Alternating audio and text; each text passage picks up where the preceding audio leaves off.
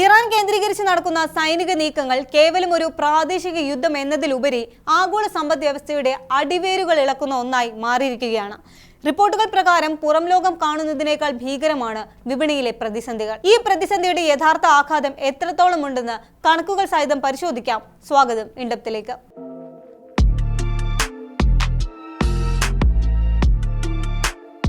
ഈ യുദ്ധം ഏറ്റവും വലിയ ആഘാതം സൃഷ്ടിച്ചിരിക്കുന്നത് ഊർജ്ജ വിപണിയിലാണ്. ലോകത്തെ ആകെ എണ്ണ വിപണിയുടെ 20% കടന്നു പോകുന്നത് തന്ത്രപ്രധാനമായ ഹോർമുസ് കടലിടുക്കിലൂടെയാണ്. ഇറാൻ ഈ പാത തടസ്സപ്പെടുത്തിയതോടെ ആഗോളതലത്തിൽ ക്രൂഡ് ഓയിൽ വിതരണം പൂർണ്ണമായും അവതാളത്തിലായി.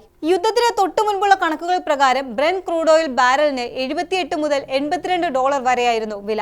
എന്നാൽ സംഘർഷം രൂക്ഷമായതോടെ ഇത് $125 മുകളിലേക്ക് കുതിച്ചുയർന്നു. കേവലം 2 ആഴ്ചയ്ക്കുള്ളിൽ 50% വർധനവാണ് രേഖപ്പെടുത്തിയത്.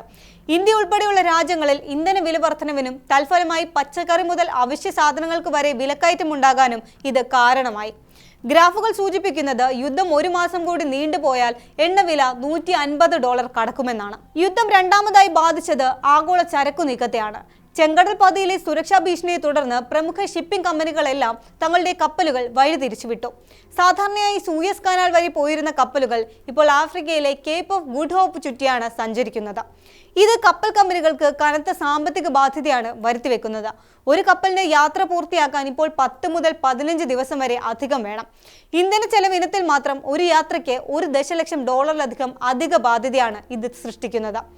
കപ്പൽ വാടകയുടെ തോത് അളക്കുന്ന ഫ്രൈറ്റ് ഇൻഡെക്സ് പ്രകാരം വാടകയിൽ 250% വർധനവാണ് രേഖപ്പെടുത്തിയിരിക്കുന്നത്.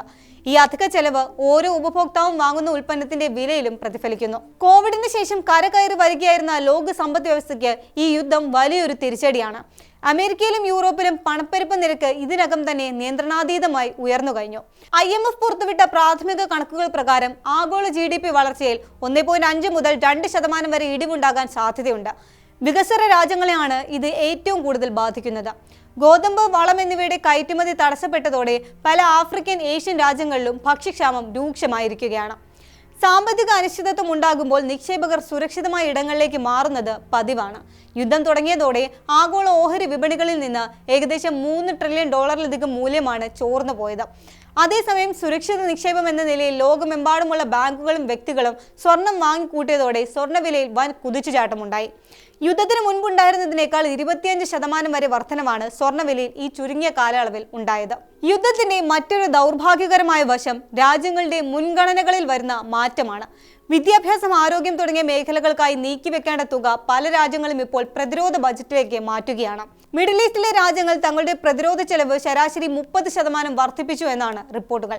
ഇത് ദീർഘകാലാടിസ്ഥാനത്തിൽ മാനവവിഭവശേഷി വികസനത്തെ ദോഷകരമായി ബാധിക്കും. ചുരുക്കത്തിൽ ഇറാനിലെ യുദ്ധം കേവലം മിസൈലുകളിലോ ഡ്രോണുകളിലോ ഒതുങ്ങുന്നില്ല. അത് ഓരോ സാധാരണക്കാരന്റെയും അടുക്കളയെയും സമ്പാദ്യത്തെയും തകർക്കുന്ന സാമ്പത്തിക മിസൈലുകൾ കൂടിയാണ്. ലോകം ഒരു വലിയ സാമ്പത്തിക മാന്ദ്യത്തിലേക്ക് നീങ്ങുകയാണോ എന്ന ചോദ്യം ഈ ഘട്ടത്തിൽ പ്രസക്തമാണ്. നയതന്ത്രപരമായ നീക്കങ്ങളിലൂടെ എത്രയും വേഗം സമാധാനം കൈവന്നില്ലെങ്കിൽ ഈ യുദ്ധത്തിന്റെ വില വരും തലമുറകൾ കൂടി നൽകേണ്ടി വരുമെന്ന് ചുരുക്കം.